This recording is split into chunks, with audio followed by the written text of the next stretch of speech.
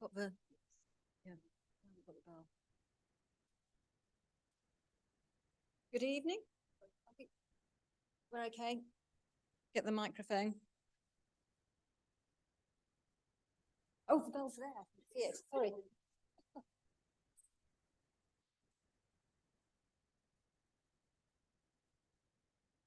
Good evening. A number of guests duly introduced by fellows beg leave to attend your meeting. Is it your pleasure that I welcome them in your name?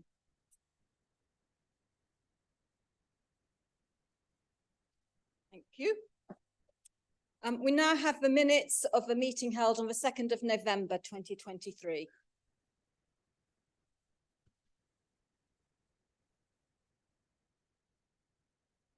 Good evening and a very warm welcome to all of you in the room and online. These are the minutes of the ordinary meeting, Thursday, the 2nd of November, 2023, and it was online only. Professor Martin Millett, President, in the chair. The minutes of the ordinary meeting of Thursday, the 26th of October, 2023, were read and signed. The following communication was then laid before the Society: Medieval Seals, Modern Science, an overview of recent developments by Dr. Elizabeth New, FSA, and Professor Philippa Hoskin, FSA. Thanks were returned for the communication. The President announced that the next meeting would be on Thursday, 9th of November, 2023, then adjourned the meeting.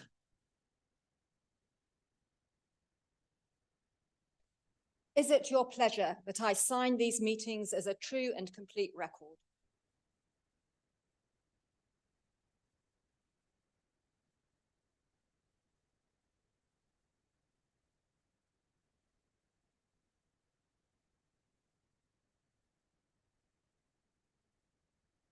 We now proceed to admissions.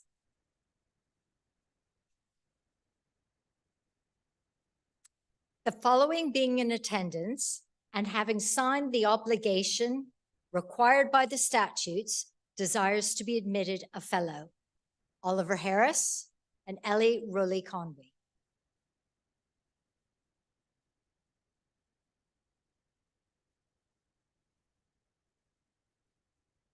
Oliver Harris.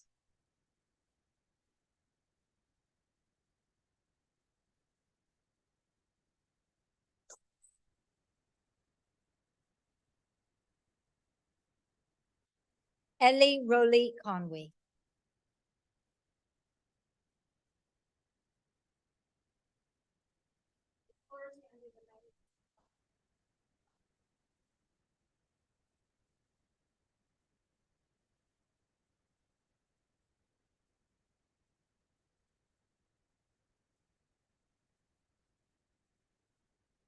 We now come to the main business of today's meeting, which is to hear a paper remembering the destruction of the old bridge at Mostar 13 years on by Helen Walasek.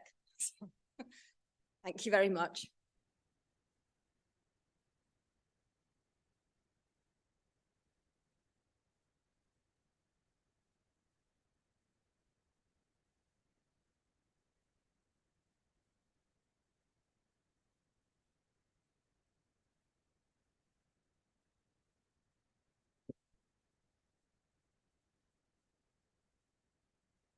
Wait till they sit down.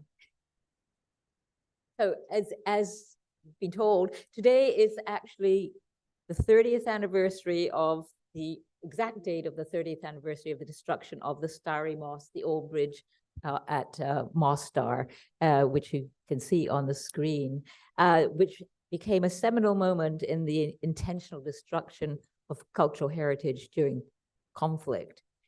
So before the attacks on Palmyra, before the demolition of the Bamiyan Buddhas, came the deliberate destruction of cultural heritage, can't read very well with these glasses, of the 1992-1995 Bosnian War, which was the greatest destruction of cultural heritage in Europe since World War II. And far more than any other structure, Mostar's graceful Ottoman bridge became emblematic of that destruction. And the attack on the Starry Moss was a war crime that went on to be prosecuted at the International Criminal Tribunal for the former Yugoslavia. And I'll talk some more about that. And after the war, the Stari Most was rebuilt as an international effort, which most people, particularly local people, call the New Old Bridge, and which reconstruction has raised many questions about authenticity and ideas of peace building and reconciliation that those behind building the bridge hope to bring about. So what was the Stari Most? An engineering enigma? No one really knows exactly how it was built in the 16th century. It was built on the orders of the Ottoman ruler Suleiman the Magnificent, designed by the ruler's chief architect, Hayreddin. Just a few facts about it. It's built, or was built, still is, built of Tenelia, local limestone. It's 4 meters wide and with a span of 28.6 meters. And rather than foundations, the bridge springs from abutments. And as I said, the technical engineering behind the construction of the bridge remains a mystery. And I'm not an architectural historian, so I can't go into great detail. However, Professor Peter Cunningham, who is at FSA, he kindly sent this, he did dendro works on wood. Anyway, he sent this diagram of the different layers of destruction, and you can see he found that some of the wood went back as early as 1042. So there were wooden structures to cross the river. It was the only bridge there in Mostar at the time, and then until Hayreddin built this stone bridge, or designed and ensured that the stone bridge was built between the two towers, Tara Tower and Halabia Tower, which these ones are 18th century versions. And here's just a few pictures from the early 20th century of the bridge. That's from 1913. The color painting is by Sidney Carline, a British artist, from 1919. I'm not sure when this black and white picture was taken, and this one on the far right is from 1928. So it was an iconic structure, and as you can see, it's been used, the image of the bridge, mostly the new bridge, in fact, entirely the new bridge, has been used on the cover of really many books and lots of other things besides. I found needlework of the old bridge in being sold in a market in Bulgaria. So it's a sort of an iconic image. And just a bit of history, of course, Bosnia-Herzegovina was part of the Ottoman Empire and the Islamic world for over 400 years. It was then became part of the Austro-Hungarian Empire, 1878 to 1919. And then finally, post-World War II, well, post-World War I, it became part of Yugoslavia, and post-World War II, it was one of 6 republics in the Socialist Federal Republic of Yugoslavia until it declared independence on the 3rd of March, 1992. So it was a UN member state from the 22nd of May, 1992, and a UNESCO member state from the 2nd of June, 1993. So some people even people who are so-called experts have said, oh, but it was just part of Yugoslavia. That's why no one did anything. But it wasn't. It was it was a UN member state. So driven by, what was the war? It was driven by, this is very simplified, obviously, ideologies of ethnic exclusivism, where ethno-religious groups should live separately. It targeted different ethno-religious groups. It targeted a diverse heritage, and it definitely targeted a pan-Bosnian identity. And here is the main characteristic of the war was ethnic cleansing. So you can see there were killings, paramilitaries, killings, expulsions, and then the outcome after the end of the war, exhumations of mass graves. It was definitely focused on the destruction of pluralism. So Mostar was not some isolated case. This was going on across Bosnia-Herzegovina. So here's Bosanska Krupa, a typical small Bosnian town where a Catholic church, an Orthodox church, and a mosque stand within meters of each other. And this is post-war, this picture, but they've all been restored. But just after the war, this was what the Catholic Church looked at look like, and the town mosque, main mosque, and because it was held by Bosnian Serb forces, the Orthodox Church was untouched. So it was also about the destruction of cultural and religious property. And the far left shows Amici. Again, where not only were the population massacred, you can see what they did to the mosque. Lower left that was a mosque in Mudrich Galug, with the imam holding a picture of what the mosque used to look like before it was destroyed. And on the right is one remains that I encountered with a colleague on the banks of the Drina River, and these woods had grown up since 1992. We would never have found it unless this man who was pictured had not shown us. He was a local man who was kind of dragged by this nice young woman who worked for an NGO to show us where the old mosque had been. But that was the remains of it. So this was intentional targeting of cultural heritage. And here you see the old bridge before it was destroyed in its wartime, very damaged state. Then the shelling, that's a clip from a film, and then what it looked like afterwards. So the war began really when Bosnian Serb troops and JNA forces assisted by Serbian and Montenegrin paramilitaries invaded Bosnia from the north, and began to ethnically cleanse populations. And at that stage, the Bosnian Croats were allies of the Bosnian government. So this HVO was the Croatian Defense Council. They were the army of the Bosnian Croat nationalists, but they were allied with the Bosnians. And I find this is very remarkable. So they published an exhibition had an exhibition with this catalog, and the catalog, it was Herbicide Mostar 1992, which was what buildings had been destroyed by the Serbs and Bosnian Serb troops and JNA, and featuring the old bridge on the cover. And of course, it was the HVO that went on to destroy the old bridge in 1993.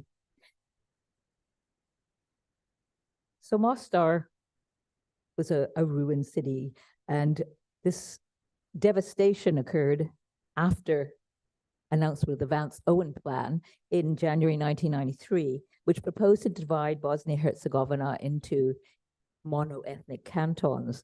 So the Bosnian Croat forces, the HVO, turned on their former Bosnian government allies in an attempt to gain territory for an ethnically pure Croat parastate of Herceg Bosna, with Mostar as its capital, with a purely Catholic religious identity.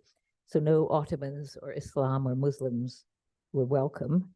And by that time, most of the local Serb population had left, which was quite large. It was 19% of the total population of Mostar in 1991, before the war.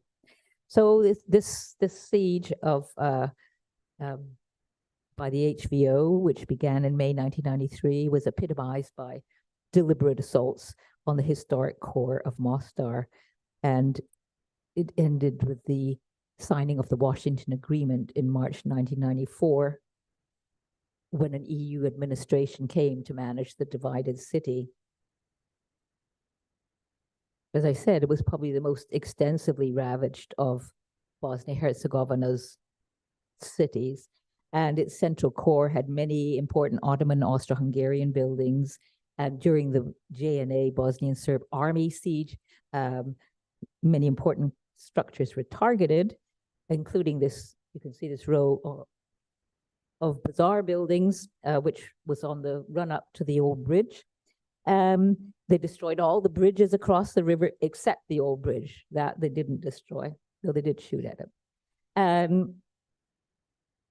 And what were unambiguous reprisals, the Serbian Orthodox Cathedral in Mostar was totally destroyed, and the old Orthodox Church also burnt to a shell.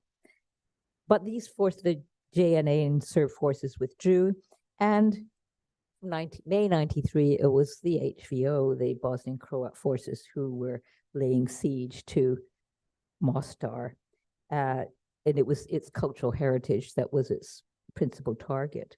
And a report by the European Community Monitoring Mission from June 93 observed how Mostar's old town was beginning to resemble Beirut, and all Muslim monuments were being intentionally and systematically destroyed, and most infamously were the attacks on the old bridge.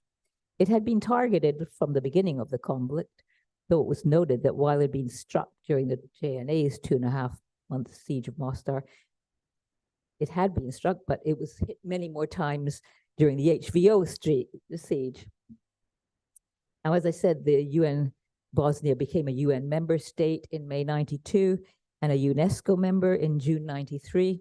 So by July 93, the Bosnian government was so alarmed about the state of the old bridge and the intentions of the HVO that it sent an urgent request to the UN Security Council, UNESCO, and the Council of Europe, asking that they prevent the destruction of the old bridge and immediately send a UNESCO team to ensure its protection. And this letter received no reply.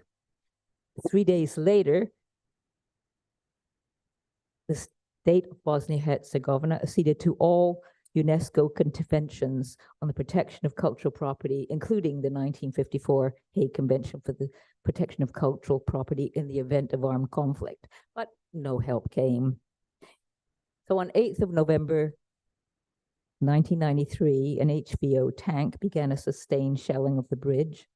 The mayor of East Mostar made a desperate radio appeal to the international community to condemn the attack and to call for urgent assistance in saving it.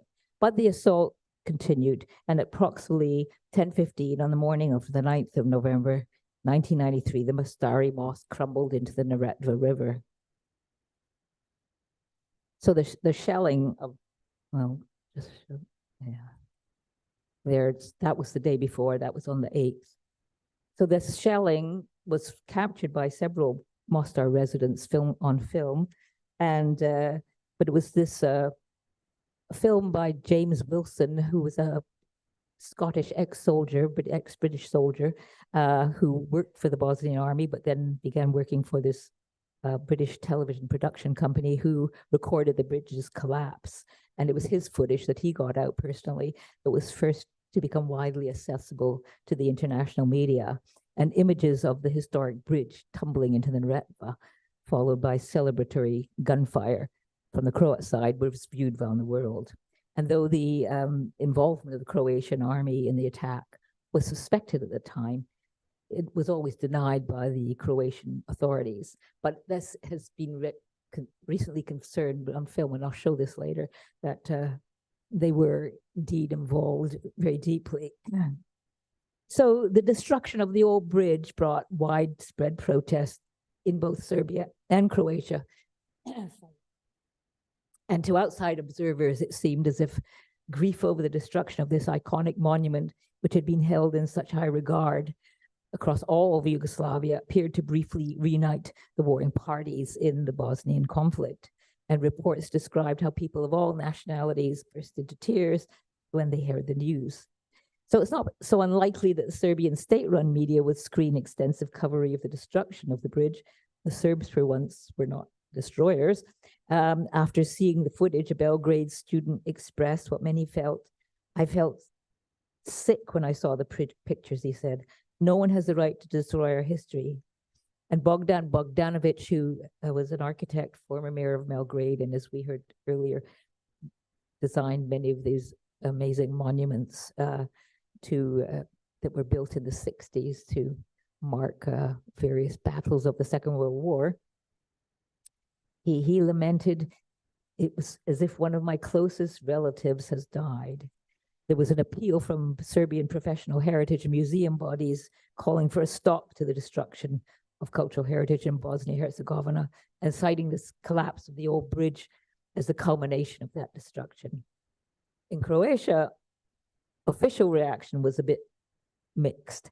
And though shock was generally expressed at the disappearance, the veteran Bosnian journalist and editor Kemal Kurspahic wrote on what he called the the bridge simply fell down, reporting of the destruction of the bridge in the mainstream Croatian media, where the final collapse was described in a leading pro-government daily, Vjesnik, as just as the result of an artillery battle between Bosnian government forces and the HVO, rather than because it was deliberately targeted. So the day after, but on the other hand, on the day after the collapse of the bridge, the same paper or journal, they wrote an editorial that was rather critical of the Bosnian Croats, asking that those who were responsible for the destruction of the bridge be identified, especially if they are among us. And while it was no surprise that there were elegies for the old bridge in the independent Croatian media, it was more unexpected that American journalist Carol Williams was able to find a Croatian government official willing to condemn the destruction as a tragic loss for everyone, not just the Muslims, but for the Croats who lived there as well. And the Society of Croatian Art Historians issued a protest about the destruction that had proved the possibility of coexistence of different faiths and nations of this region. It was a monument of understanding, ending as a victim of intolerance and hatred. Whatever Croatian President Franjo Tudjman's private thoughts were on the destruction of the bridge, publicly he expressed regret and hoped the perpetrators would be brought to justice, but all the while categorically denying the involvement of the Croatia or the Croatian army. Meanwhile, a commission of Croatian experts for reconstruction of the old bridge was established at the request of Žarko Domjan, who was vice president of the Parliament of Croatia. But what of international organizations? Despite all this attention, when it came to actually providing assistance, international heritage protection bodies felt prey to negative reactions from public opinion, the media, and politicians, when television screens were nightly showing the suffering of Bosnia's people, right, night after night. So this global condemnation that followed the destruction was seen by some as emotional outcries that displayed disturbing signs of indifference to human suffering. And one Belgrade-based European diplomat observed a similar outpouring after the JNA shelling of Dubrovnik in 1991, and they were unnamed. The Mostar bombing has sparked another round of debate over whether the world is more interested in preserving stones or people. And obviously this still goes on today. So this was 30 years ago. So 4 months after the old bridge was destroyed, the Bosnian authorities sent another letter to the same international bodies it had written to before, reminding them of their lack of action. But in the court of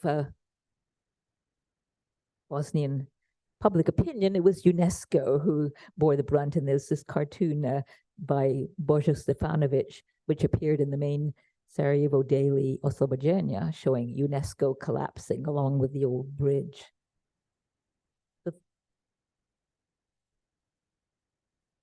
So the complete ineffectiveness of all these international legal instruments for protecting cultural heritage in times of conflict, like the 1954 Hague Convention, became very evident. The bridge was not destroyed until the end of 1993, so there was more than a year and a half after the war had begun. Yet the international community seemed unable to prevent such acts happening, despite the presence of UN peacekeeping troops and humanitarian aid organizations like UNHCR across the country. And although international humanitarian law clearly mandates protection of people's cultural property, concerns over being seen to be privileging buildings over people remain problematic for many international organizations concerned with heritage protection. And support and funding for such activities was believed to be secondary in the face of more pressing humanitarian concerns by everyone else.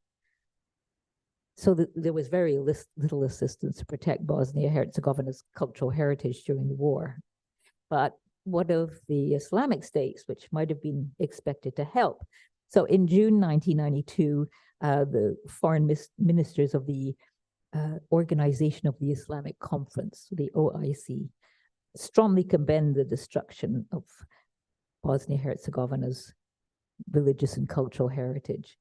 And its Istanbul-based cultural arm, IRSIKA, has already established a research program on the history and culture of Bosnia-Herzegovina to raise awareness. And almost a year later, the OIC foreign ministers directed IRSIKA to take necessary steps to assess the damage and to create a fund to facilitate restoration of the monuments in a cooperation with UNESCO and a International Commission for the Preservation of Islamic Cultural Heritage. But this didn't happen during the war, that's for sure. But IRSIKA's contribution was Mostar 2004. And this was a program conceived by this Amir Pasic, who was a Mostar architect who'd already won an Aga Khan Award in 1986 for the conservation of Mostar's old town, and a series of workshops between 1994 and 2004 aimed at formulating a restoration plan and a methodology for reconstruction of the ravaged city. And this shows the S4 Hungarian S4 troops raising the stones of the old bridge in 1997, and they had a lot of people watching them do that. So I was going to talk a bit about the criminal and the crime. So on the left, you see the 6 defense. So eventually this case of the Herceg-Bosna leadership, which included Slobodan Praljak, who was held mostly responsible for the destruction of the old bridge, was held in The Hague. That's the headquarters of the International Criminal Tribunal for former Yugoslavia. And he was principally held accountable, but he was famously said to have remarked, he was prepared to destroy hundreds of old bridges for the sake of one of my soldiers' little fingers.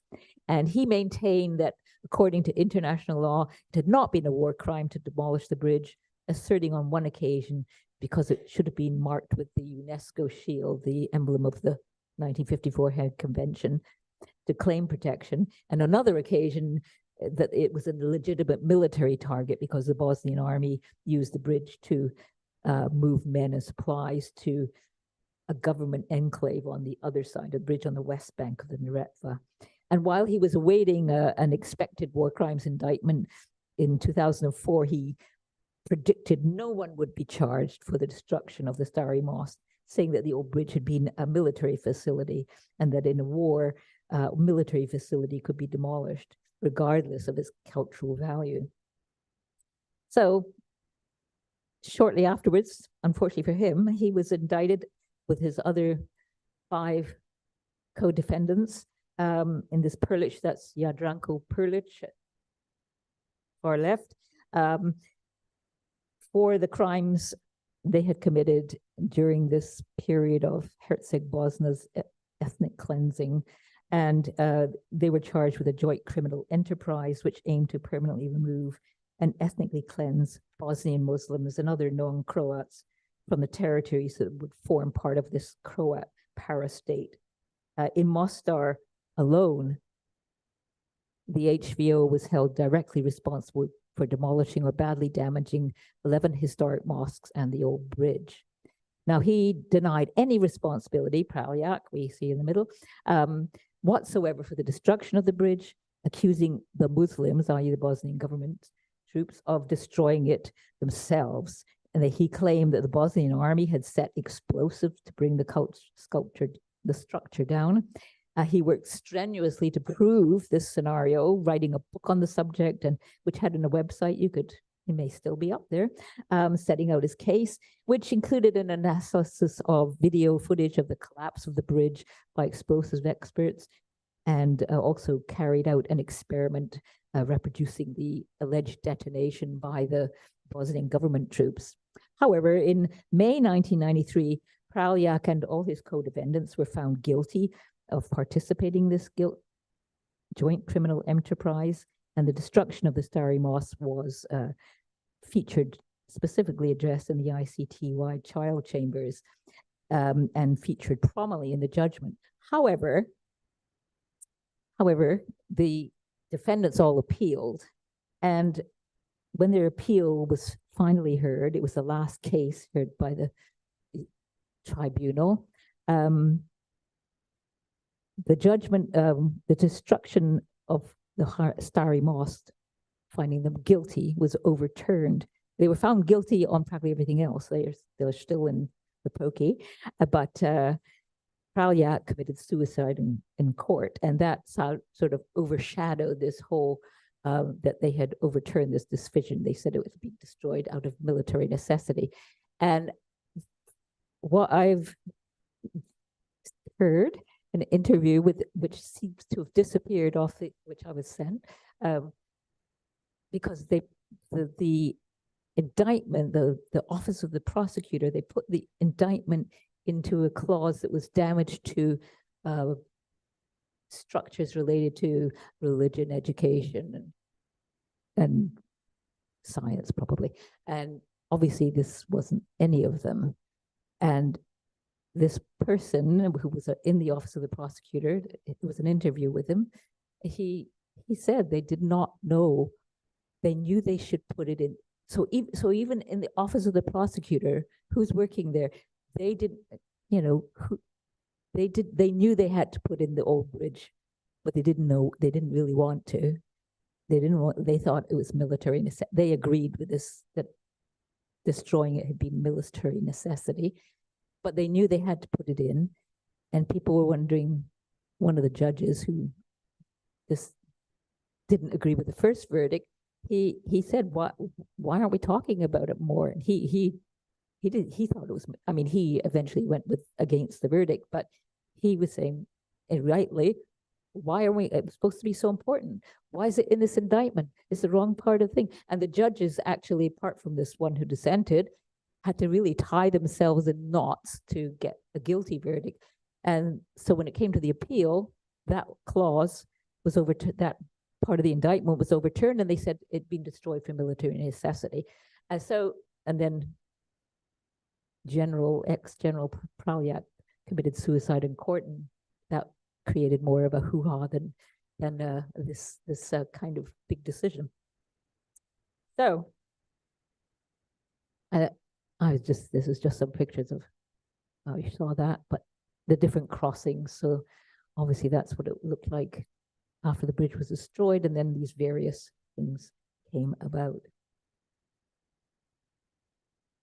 So after the war ended, the Dayton Peace Agreement in 1995 focused on reversing the effects of ethnic cleansing, and it did recognize the role cultural heritage destruction had taken during the conflict.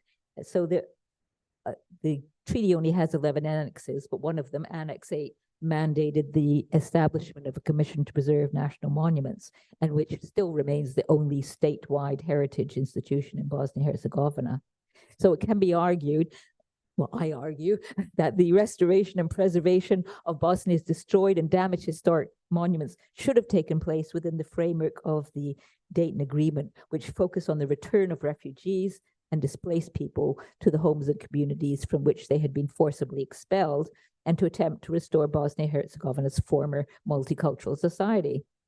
Yet, with a few exceptions, the international community's involvement in heritage restoration in post-conflict Bosnia-Herzegovina in the decade after the end of the war can be characterized by a narrow focus on a small number of high-profile iconic projects, chief among them the World Bank-led UNESCO-coordinated restoration, or not even restoration, rebuilding of the Mostar and the Starry Mosque. And here you can see some of the construction work going on. And as we heard earlier, these are not Bosnian workers; they're Turkish. The contract went to a Turkish construction company, and as someone was saying, the limestone actually, I mean, it is local limestone, but it's local from Croatia. So and it also shows you, quite interestingly, no one really knows how the original bridge was built. If you see the complications of just constructing or rebuilding the bridge in the 20th century, could be So the bridge came to be mobilized as a symbol that embodied the ideas of reconciliation and the reconstruction of relations between Bosnia-Herzegovina's ethno-national groups that the International was keen to promote in the immediate aftermath of the war.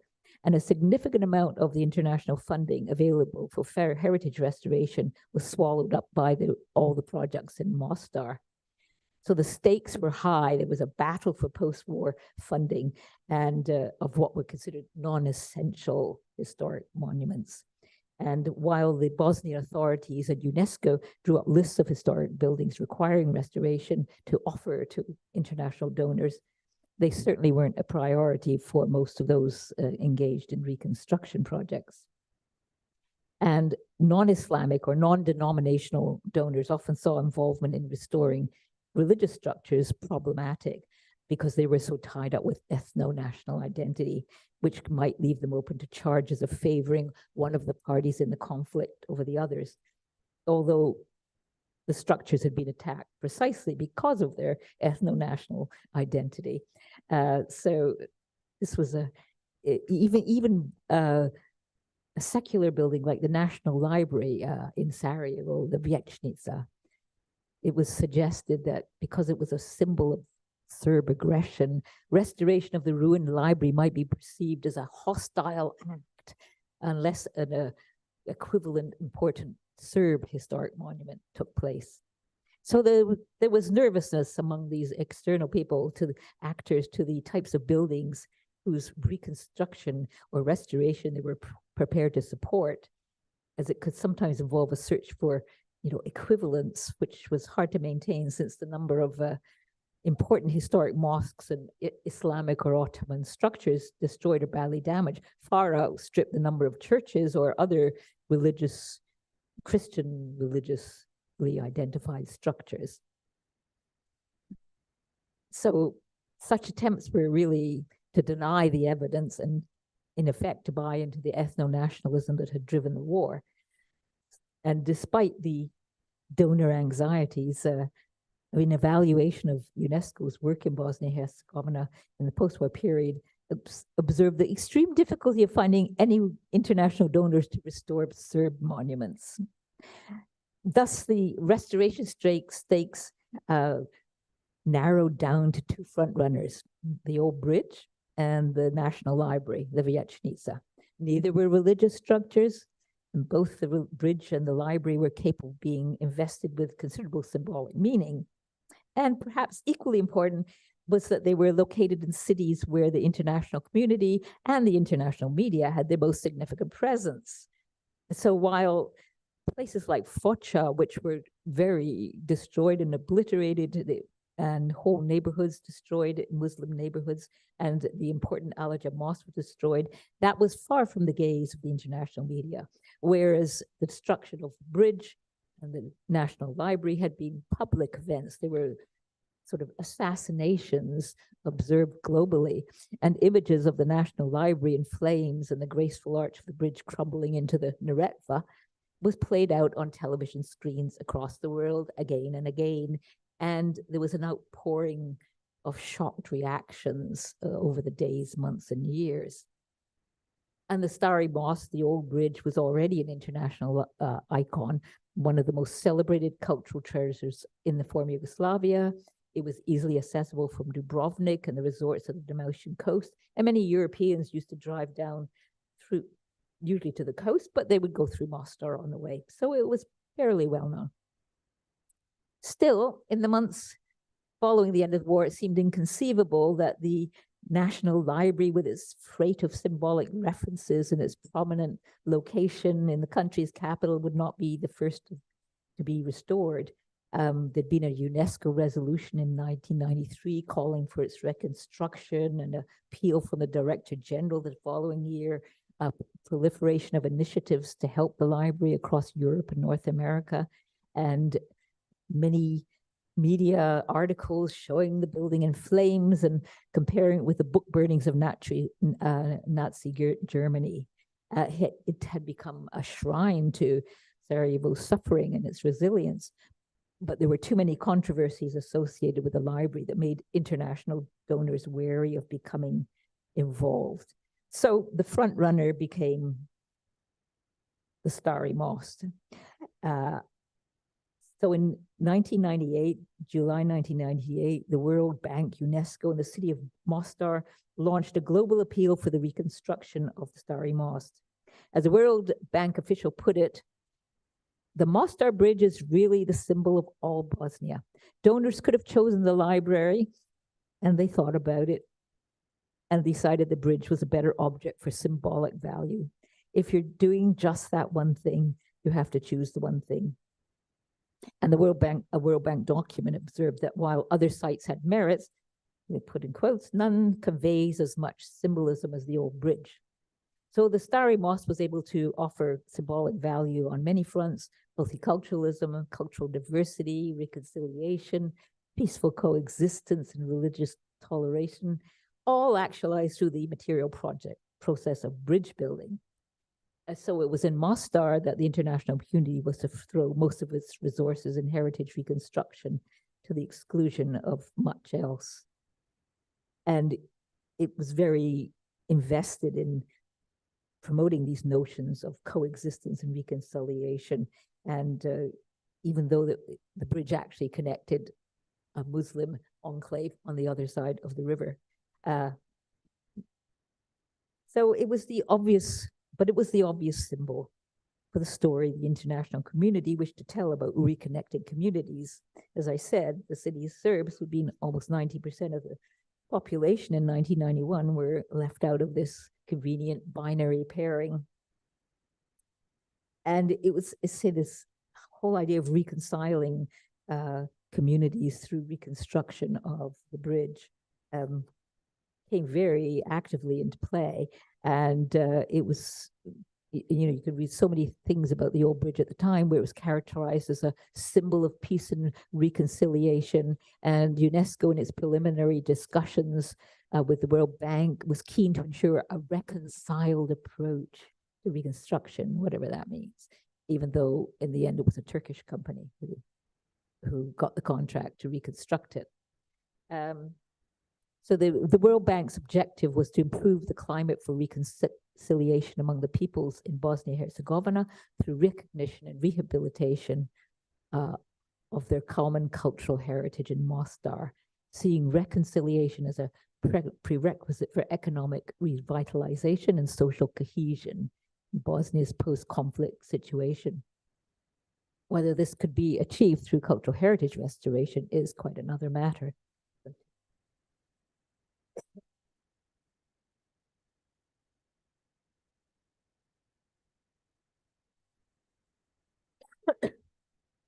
As I said, Starry Most had been fortunate in having two passionate and indefatigable ambassadors for its reconstruction, Amir Pasic, who we saw earlier, and the mayor of East Mostar from 1994 to 2001, Safet Urucevic. And just a week after the bridge's destruction, the East Mostar, the Bosnian Muslims, authorities began making plans to reconstruct it.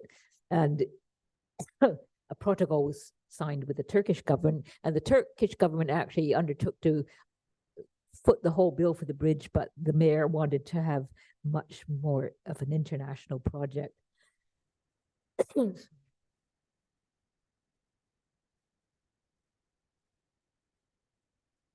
So Amir Pasic, who you see here, his Mostar 2004 workshops had created an international network to champion Mostar's reconstruction, attracting support from organizations which would actually be later deeply involved in the restoration projects and reconstruction. And they created an influential core of professionals and academics committed to the restoration of Mostar and the old bridge, who added to international support for the project. Lobbying behind the scenes, they wrote scores of articles on the restoration of Mostar and the symbolism of the old bridge. And a third Mostar 2004 conference was in 1997, and the first held in Mostar. And a galaxy of dignitaries appeared for announcement of the foundation of a foundation for the reconstruction of the bridge. And among them appeared Bosnian President Alija Izetbegovic and former US Secretary of State Cyrus Vance, whose plan for the division of Bosnia-Herzegovina into monoethnic cantons had helped precipitate the destruction of the bridge in the first place. So while the Turkish government had offered a large sum to restore the bridge, the offer was put on hold by the mayor. He wanted a range of international donors, so that it wasn't characterized as a Muslim project. But other major donors were waiting in the wings, such as the governments of Italy, France, and the Netherlands, for a sign that the project would be a credible joint international project. As I showed you, the 1997 Hungarian army divers, they were with the peacekeeping troops, S4, and engineers. They raised the stones of the bridge from the bed of the Neretva to much publicity and discussion about getting this new bridge built, because as we were told earlier, practically all the stones were not able to be reused in the reconstruction of the bridge.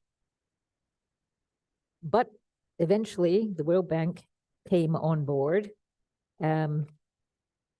which gave the project the political clout, financial accountability that such a major effort required. The fourth donors conference for fourth donors conference for Bosnia-Herzegovina in Brussels in May 1998 offered an opportunity for intensive lobbying of the World Bank by Bosnia's Council of Ministers, who sent a letter requesting inclusion of the bridge project in its lending program to the country.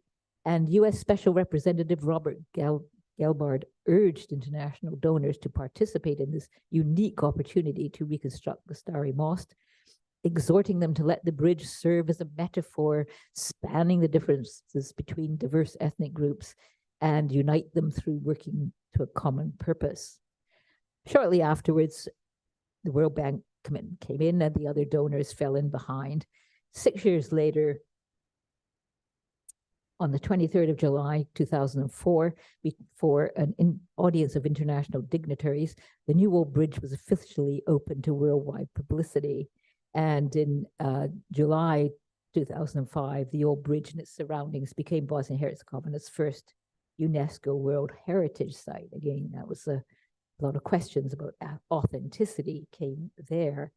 So this is what the tourists see when they go down. This, don't forget, I think is regularly repainted.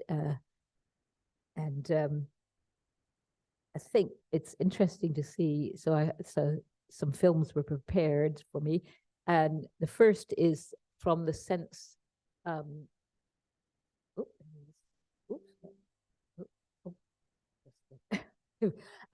Sense Center for Transitional Justice, which used to be the Sense.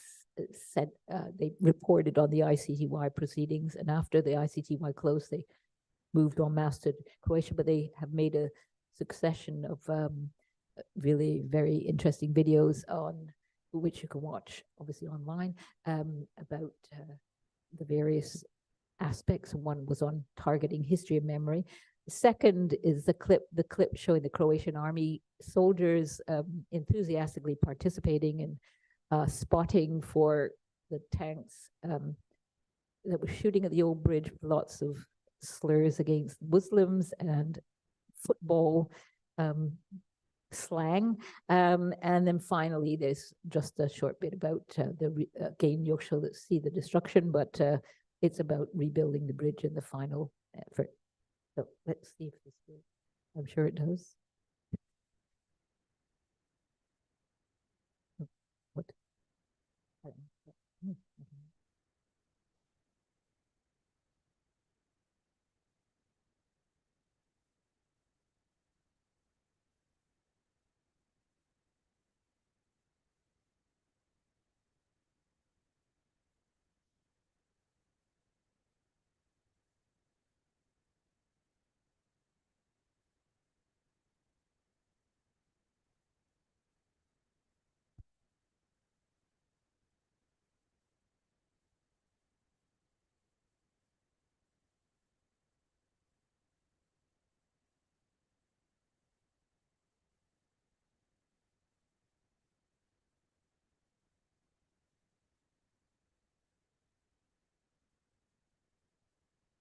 It would have been late July or early August of 1993. I think early August of 93.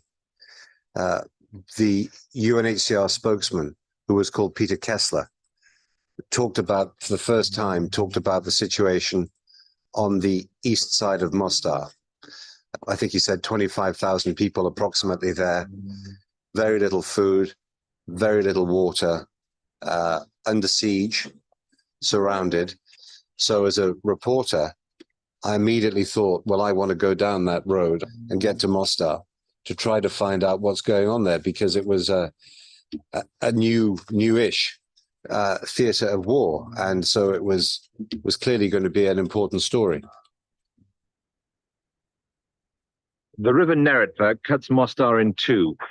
These wrecked buildings are on the east bank, the stronghold of the Muslim-led Bosnian government forces, but they have an important foothold on the otherwise Croat-controlled west bank as well.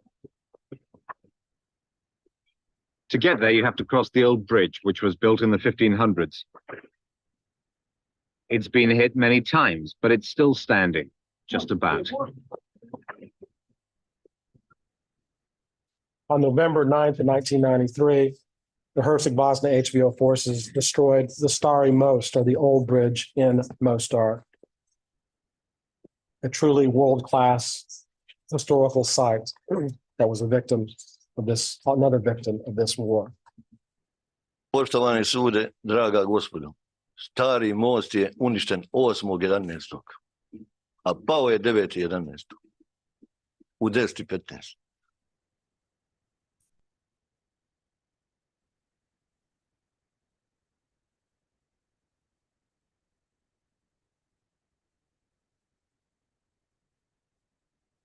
Gađanje u intervalima od 2 sata, u 8, u 10, oko iza podne i negdje između 3 i 4 poslije podne. Granate su ga toliko oštetile, jednostavno, kad granata pogodi Stari most, digne se velika pečurka. To sam prvi put u životu vidio, jest lijepo vidjeti, ali je žalosno, pošto su ljudi neki plakali.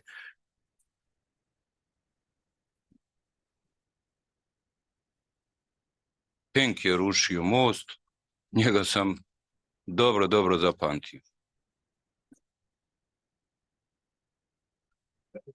U jednom momentu sam to primijetio, tada sam uzeo kameru, vidio i vatru čak iz tenka, to sam približio, snimio i ostavio sebi kao dokazni materijal. Eto.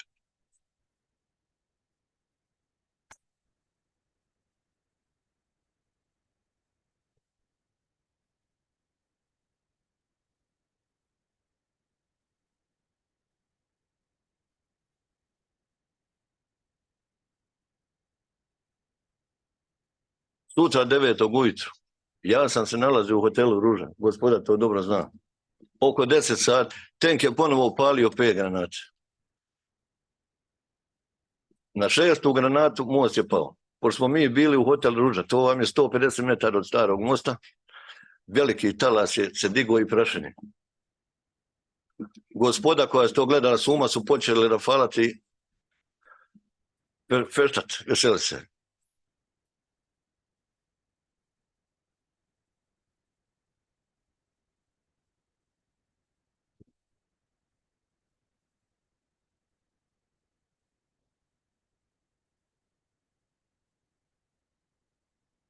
Da je ovo sad, puca se, kad vidim lica, čak su neki plakali, sve, šta je pao most?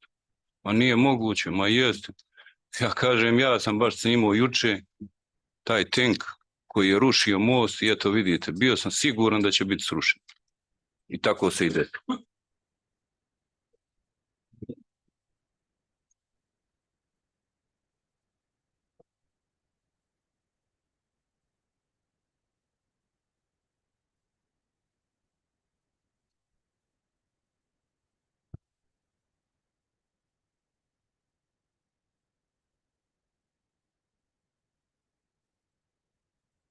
I personally saw a lot of people on both the east and the west side being very upset when the bridge was finally destroyed and blown up. Ljudi koji nisu vidjeli kako izgleda panika žena, djece i staraca, naročito koji su izbjeglice došli u Malu. Mi smo 2 dana smirivali tu paniku. example, in Mostar West, there was a great deal of shock, regret, and shame about the destruction of the old bridge. To je bilo, ne do Bog da se ponovi više ikad. Pravo je čudo kako sam ja živio gostu. Neka mi dođe da bi volio da nisam, jer sam izgubio sve ono što sam volio.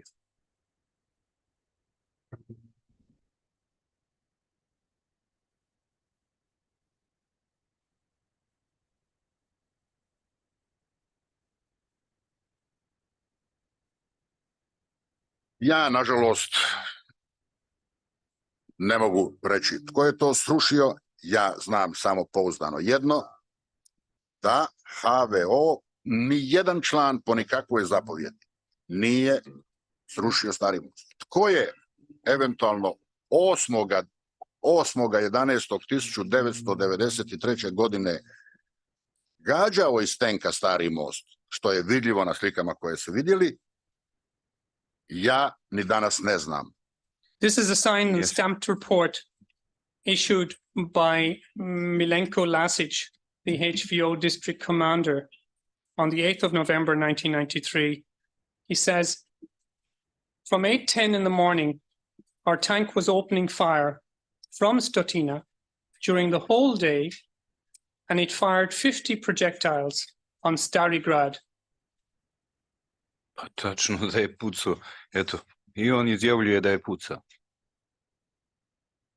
Upravo rušenje tog mosta koji ništa nije značio u strateškom smislu, a opravdavano je da je iz strateških razloga rušen.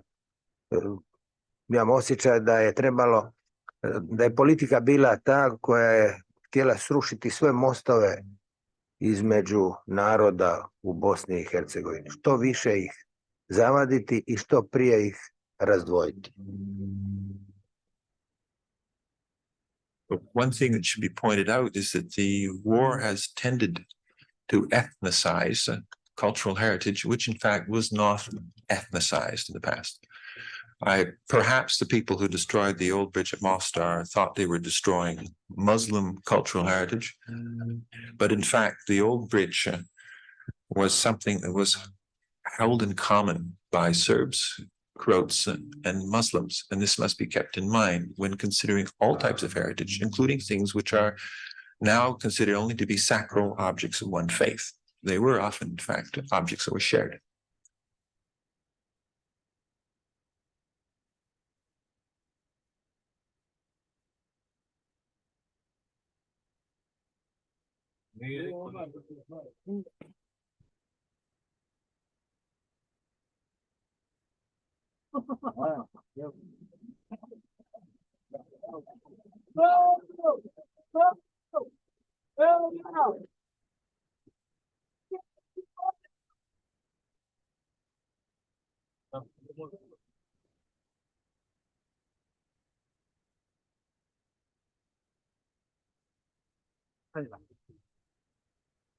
Dobro, pripravni smo.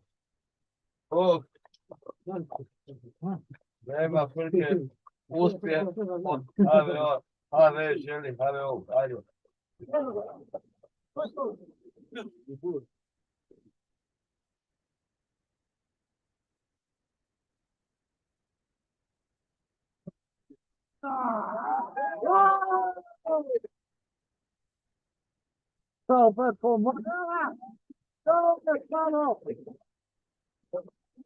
Gotovo, još malo i pada.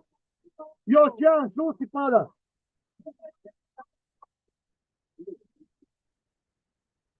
Evo još malo. Dvoje kurađi. Tako je.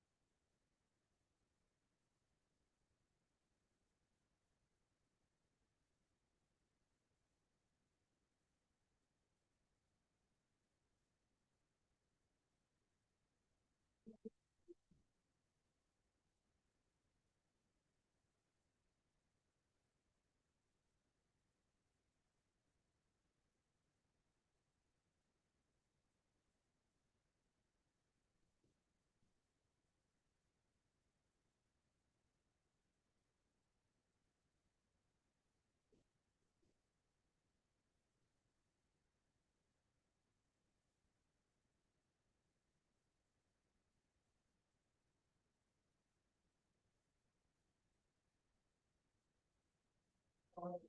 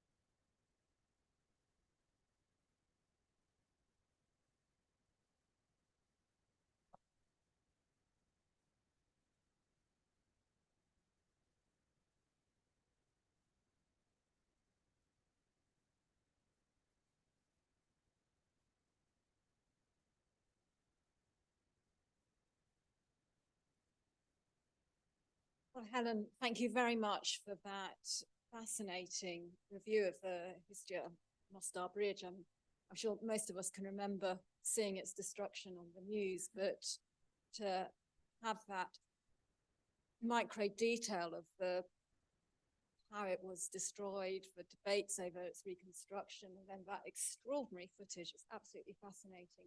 Thank you very much. So we come now to the questions, and can I ask people to comment or come up with, or ask Helen for any further detail? I'm sure people, this is something that so many people will have memories of, and obviously raises issues that are all too, yeah, is the microphone not on?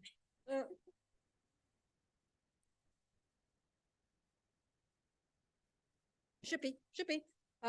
So yes, so if anybody's got any questions, I'm sure Helen will be delighted to answer them. Try to answer them, depending what the comments are.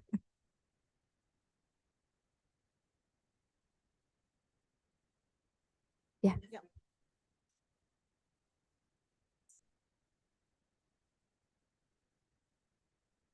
And the original materials and everything. When was that taken? I mean, I believe some people wanted a modern structure. Oh yeah, there were all kinds of suggestions. Yes. And but the of what should be rebuilt. But I would think generally, I mean, I've encountered Bosnians from many different times, and they were generally glad it was rebuilt. But on the other hand, it was so I think the World Bank decision, I think it started actually being rebuilt 2001 and then was completed 2003. And as you saw, was the grand opening in 2004. And it was, and other people like Saida, who was in the earlier presentation, she was saying, well, it's much easier to walk on it now.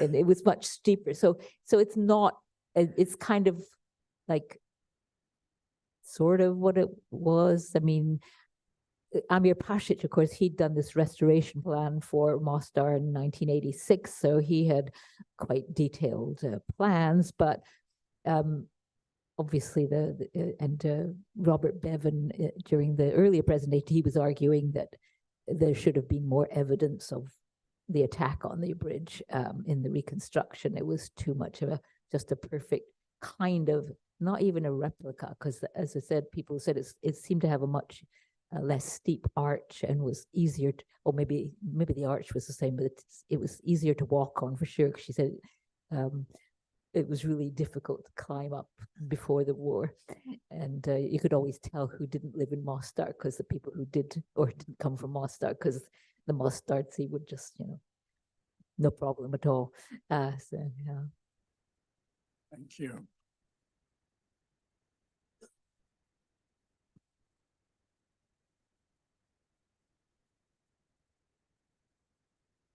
Sorry if I missed this, but was any of the old stone that they managed to reclaim? Did they No, use because that? I think it was so damaged. Yeah.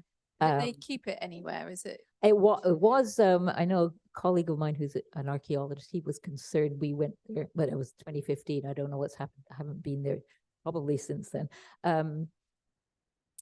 because it was just on a platform opposite the bridge.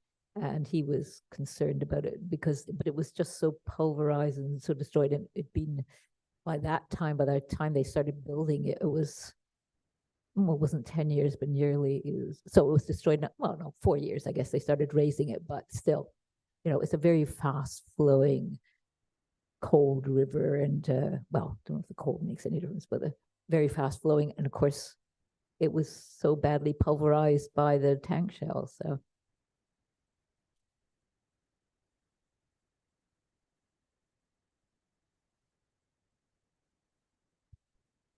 I just wanted to say thank you for putting together an incredible presentation. I'm someone that actually lives in Mostar. But oh, really? Yeah, and my mum has heritage from there. And I just wanted to say the old bridge originally didn't have concrete joining anything. So I don't think it did. I think they were using the old techniques with, limestone mortar and lead to join it. So I think they use these techniques, but as people have said, it's kind of not quite the same, doesn't seem quite the same proportions. And as Robert Bevan, who spoke earlier, he argued that they should have kept some evidence somewhere of, because even the bridge before it destroyed, it was, it was from the 16th century. It wasn't this perfect arch, but that's all these, different techniques of conservation or rebuilding or reconstruction. I'm glad to hear your comment. I just think it's so interesting, this concept of like old but new, and like how do we relate to. People call it the new, local people I think call it the new old bridge. Yeah, I think living there, it's still kind of divided in what people think and the way that people speak about it. So it's just interesting to hear, I guess, like a Western perspective on all of it. So my colleague earlier, which you could probably, because Saida Hasanaga, she comes from near Mostar and Chaplina, which you probably know, yeah. And she was saying about a lot of reactions depended on what happened to you during the war, how you remembered it, and people, like she left, she was ethnically cleansed basically, and so they left, had to leave Chaplina, and but it was still, they watched the destruction of the bridge on television where she was then staying, and it was all probably that very clip, because that British Scottish ex-soldier, British soldier, he actually, made quite a journey to get the footage out. And that's the one that you see that doesn't have the date stamp on it, and where it's the final collapse. It was his footage that was shown over and over again that in the media. Yeah. Very emotional.